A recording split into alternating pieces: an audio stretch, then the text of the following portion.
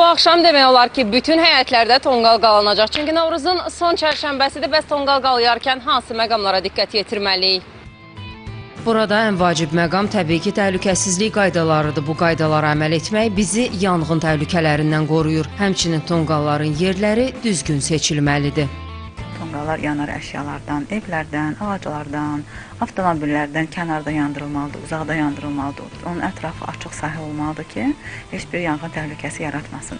Bundan əlavə tonqallar mütləq nəzarətdə saxlanılmalıdır. Yəni tonqal tam sönməyənədək ərazi tərk olunmamalıdır. Bundan başqa uşaqları tonqallardan uzaq məsafədə saxlamaq tövsiyə olunur. Tonqalların düzgün söndürülmə qaydasına gəlincə isə alovu əvvəlcə su ilə söndürmək lazımdır. Daha sonra közün üzəri qum ilə örtülməlidir. Eyni zamanda bayram ərəfəsində pirotexniki vasitələrin istifadəsi də qadağandır.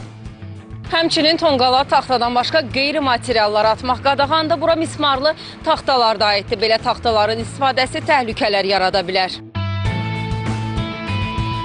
Xüsusilə də külək nəticəsində tonqallardan alov kütlələrinin avtomobillərə və yaxud mənzillərə keçməsi ciddi fəsadlarla nəticələnə bilər. Ümumiyyətlə, Novruz bayramı ərəfəsində ənənəvi təhlükələrdən qorunmaq mütləqdir. Bu da sığorta məsələsini gündəmə gətirir. Buna misal olaraq biz kasko sığortasını qeyd edə bilərik. Çünki avtomobillərin əgər kasko sığortası varsa və bununla bağlı hər hansı bir yanğın və yaxud partlayış hadisəsi baş verilərsə, təbii ki, kasko sığorta növü üzrə avtomobillərə dəymiş zərər qarşılanır. Eyni zamanda mənzillərə və yaxud qeyri-yaşayış obyektlərinə də dəymiş zərər o zaman qarşılanır ki, əgər həmin obyektlərin istər icbari, istər könüllü sığorta növləri olarsa.